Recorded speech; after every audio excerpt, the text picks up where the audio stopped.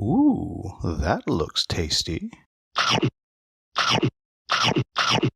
Welcome folks to The Hungry Gamer is back with another unboxing. And today we're going to do an unboxing of Sorcerer Endbringer. I'm not going to do an unboxing of Sorcerer because this is a game that's been out, well, for quite a while and people are very familiar with it. Endbringer, however, is the new cooperative solo mode for Sorcerer, and so I thought I would do an unboxing of this here. And of course, somewhere between, I don't know, 3 and 6 weeks, I'll have a video of this as I play through a lot of this content. So let's get this one out of here and let's check out Sorcerer Endbringer. And of course, this is from Wise Wizard Games, and they were kind enough to send me these copies. Now, what we have here, we can kind of check out the box and look at the back here before we get in. We have our story here, which I won't spoil for you, and it just kind of shows you what you're getting in the box. A lot of shit, some cards, etc., etc. So let's dive into this thing and see what's inside. All right, and oh, here we go. And I always love it when a box has this little spot that makes it just that much easier to open up. So we're off to a good start. And, ooh, that opened nice and smooth. Ooh, inside, nice little, I don't know, what's that, a portal looking thing in there? I always do appreciate when a company makes the inside of a box pretty too. All right, let's see what we have here. I'm gonna kind of slide this off to the side and start pulling things out. So here we have our rule book, and we'll take a look what we have in here. So again, this is not the most exciting part, obviously, but we have a prologue overview, kind of how these things here work. And obviously, you're going to have to combine this with Core Sorcerer. We got our new game terms, and obviously we have the Endbringer rules and kind of how this works. And just kind of flipping through here, got some nice, lovely, creepy art. More creepy art. That's got to be very creepy. Tentacle counters. No one needs a tentacle counter. If you have enough tentacles, you need a counter. There are problems in your life. But as you can see, we have the various new archetypes that you can deal with and you can use, and some various scenarios. So there is your rule book. Now let's look at some of the stuff. Here we have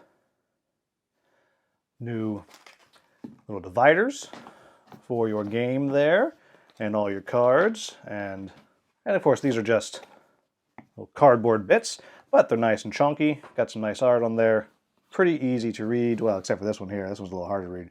Scenarios and other monoliths, a little bit smaller, but these two, very easy to read from a distance, and I suspect you'll know based off of this one being the small one. Also, I have to say, I do appreciate when a company that has these dividers sets them up like this to where it's a little easier to kind of flip and see what each one is. I do love that. That I am a fan of. And next, I appreciate that the mail carrier's done some of this work for me. We have some, and here we have some, well, more bits and bobs. Again, these are just simply various tokens that we have. I'll just pop a couple of these out so you can look at them. And these are nice, quality, thick cardboard. And nothing special here, but certainly nothing to be disappointed about. And you can kind of see double-sided, different symbols on both sides, which do different things, and as we are looking for the all-important tentacle counters.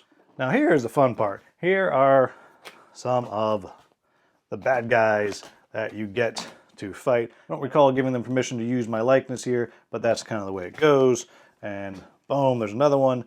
And all of these are going to be using cardboard standees, and I am of two minds when it comes to cardboard standees. Sometimes I think they're great. I like that they're easy to take apart and all of that, and I like that we're not using plastic, but on the other hand, sometimes it's just nice to have those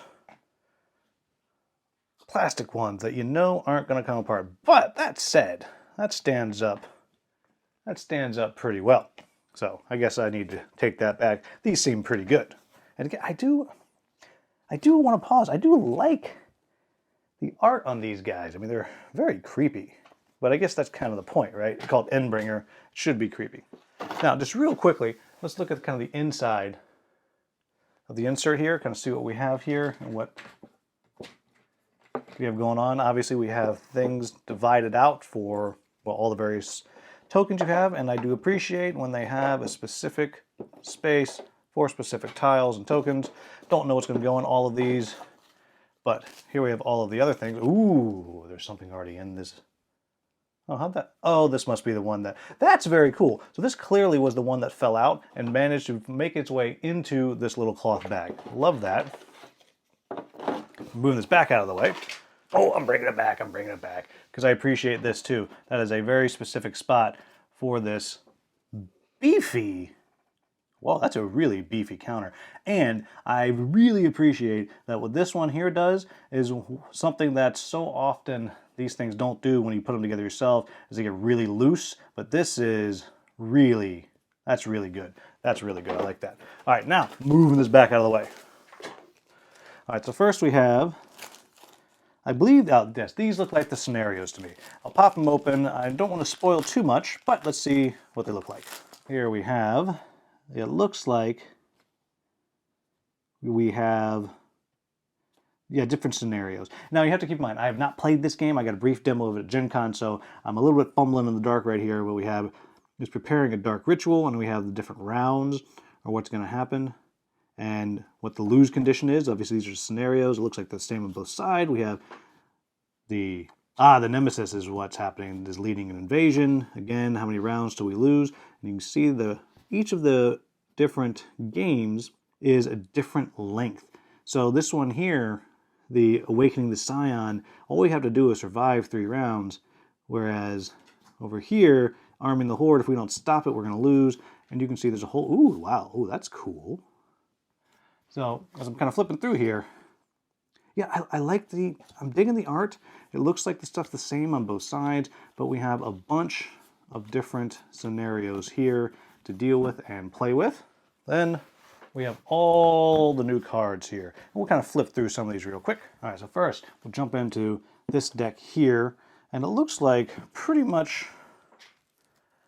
so it looks like these 3 decks are basically the same type of stuff. I'll open up another one, we'll kind of flip through, but I assume these are kind of the cards that you're making up your decks of as you're getting your archetypes and all that. But we'll just kind of look through, see some of the art. I will say that these are pretty nice cards. They have a nice finish to them. They are pretty darn thick, not flimsy. They are easy to read, and I don't remember exactly how these work, so I don't want to mix them up. But we have some minions here, and I know that because it tells me at the bottom, minions, minions, minions, minions, minions, and then we have some little reference card. And then some more minions. Oh, it's a newborn. What a horrifying newborn. It says about a minion newborn. This is terrifying.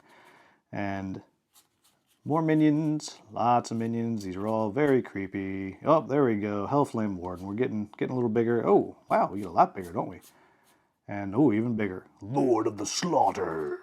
And kind of popping through these here. All right. Let's open up another one of these decks. And here's the next one. We have some... more things to fight. Got some cultists, lots of cultists, greater priest. So these look like they are modifiers, perhaps. Oh, you may draw 3 cards. Oh, these are things that looks like you get to play. Perhaps these are the new archetypes. Again, I don't remember how it works. It was quite some time ago that I got the overview of this. But lots of cards. I think these are, yeah, these are the type. Looks like the type of cards that you will be actually playing. And why not? Let's open these last 2 decks also. And looks like, oh, yep, more of this. Ooh, that's cool. The Rift, which I assume that's where the bad guys are coming from. But yeah, lots of abilities. And there's a lot of text on these. And they're nice cards, a lot of text, which is both a blessing and a curse, right? Because everything's on there, so you know what's going on. But then, of course, you might find yourself stopping and reading a lot. For me, I prefer to have a lot of text on the card, so I don't have to go looking stuff up, but, you know, to each their own. And we got some flavor here in the middle, which I do love some flavor. There we go, and more gross.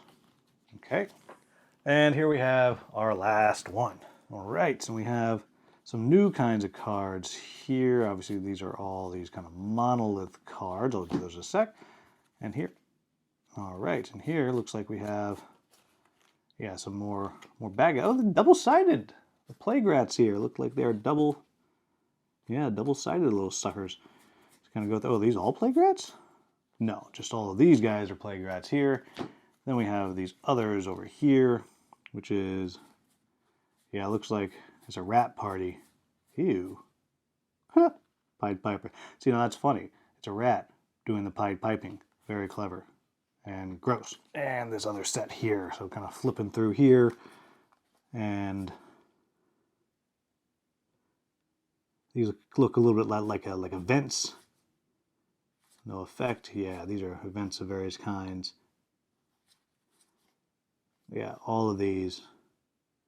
Yeah, these are, yeah, I think these are events, and they're kind of based on which bad guy that you're facing. It's pretty obvious who it is. They have their art on there. But there you have it, folks. That is the innards of Sorcerer Endbringer. I'm actually really looking forward to playing this. This is the type of game, Sorcerer is the kind of game that I'm always wanting to be all about. But since these games are often kind of head-to-head games, I'm really bad at them.